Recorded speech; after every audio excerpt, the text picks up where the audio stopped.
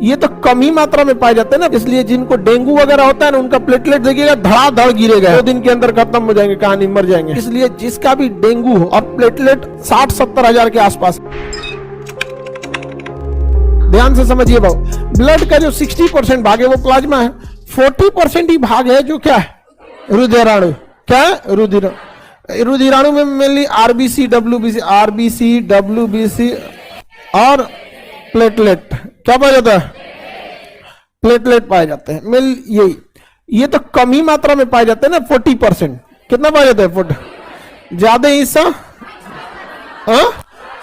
Plasma होता है। क्या होता है? उस पे से भी प्लेटलेट 7 दिन में खत्म हो जाता है, डब्ल्यूबीसी 4 दिन में, आरबीसी 120 दिन में। आरबीसी 120 दिन।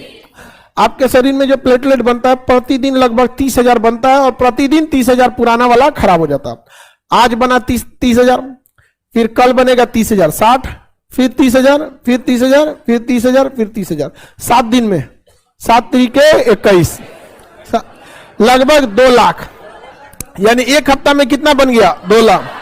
अब फिर अगला 8वां दिन 30,000 बनेगा, पहले का 30,000 मर जाएगा। फिर ऐसे ये एक साइकिल चलती है। इसलिए जिनको डेंगू वगैरह होता है ना उनका प्लेटलेट देखिएगा धड़ाधड़ गिरेगा यहाँ पर, क्योंकि नया बनना रुक जाता है या फिर धीमा हो जाता है, और पुराना तो मरेगा तेजी से यहाँ पे धड़ धड़ धड़ धड़।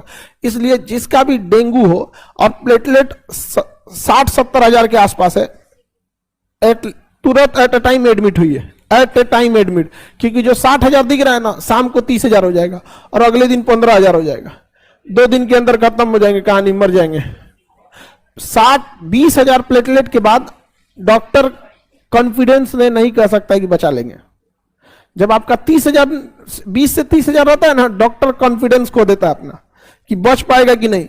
क्योंकि जिसको 30,000 देख रहा है, अगर थोड़ा बहुत आगे पीछे हुआ तो सीधे वो 5,000 पे आएगा, सीधा जाएगा 5,000। उसके बाद तो उठाना मतलब 0.1% लोग के पास में होता है। कुछ लोग बच जाते हैं, क्योंकि ना क्या होता है, बहुत तेजी से बनता भी है, तेजी से बनता भी है। इसलिए कभी भी आप लोग को ना इस सबसे लापरवाही नहीं कीजिएगा। डेंगू में जब तक 1 लाख है तब तक ठीक। प्लेटलेट के लिए सबसे जरूरी होता है फल वगैरह खाना। उसमें 3 चीज सबसे जरूरी होती है। प्लेटलेट गिरने से रोकना सबसे जरूरी है। देखिए कीवी वगैरह ये कोई इलाज नहीं ना, ये तो आपको जानकारी है कि ये काम आता है। किस काम में आता है पता ही नहीं है। जो एक गिलोई का लिक्विड होता है ना, गिलोई, वो प्लेटलेट गिरने से रोक देता है।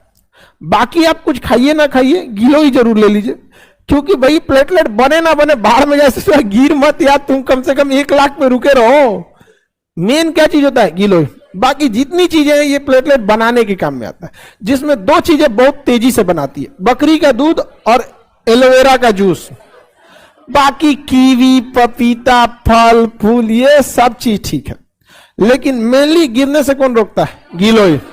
पहले आपको गिलोई बढ़ाने के लिए आप बकरी का दूध सबसे इंस्टेंट तेज बढ़ाता है, क्योंकि उसमें आपको पचाना है नहीं, सीधे गया रेनिन पेप्सिन मिला यहाँ पे, दादा उसको पचा दिया यहाँ पे। और एलोवेरा का जूस। बाकी कीवी भी ठीक है, कितना काम करता है वो भी ठीक है, लेकिन ये सब कितना नहीं, बहुत महंगे आता है। बकरी का दूध तो और महंगा आने लगा। हाँ, वो तो महंगा है। आपको इकोनॉमिक्स में पढ़ाए थे कि अचानक डिमांड बढ़ने से कोई चीज महंगी हो जाए, तो ध्यान से समझिए। बोलिए। जरूरत से ज्यादा बढ़ जाएगा प्लेटलेट तो भी दिक्कत है। हर चीज की एक कैपेसिटी है ना शरीर में रखने की। जैसे हमारे पास कैपेसिटी है एट ए टाइम 5500 यानी 5,500 लड़कों को हम एकोमोडेट कर सकते हैं एट ए टाइम। आ गया 12,000 तब दिक्कत। एट ए टाइम हम इस क्लासरूम में एकोमोडेट कर सकते हैं।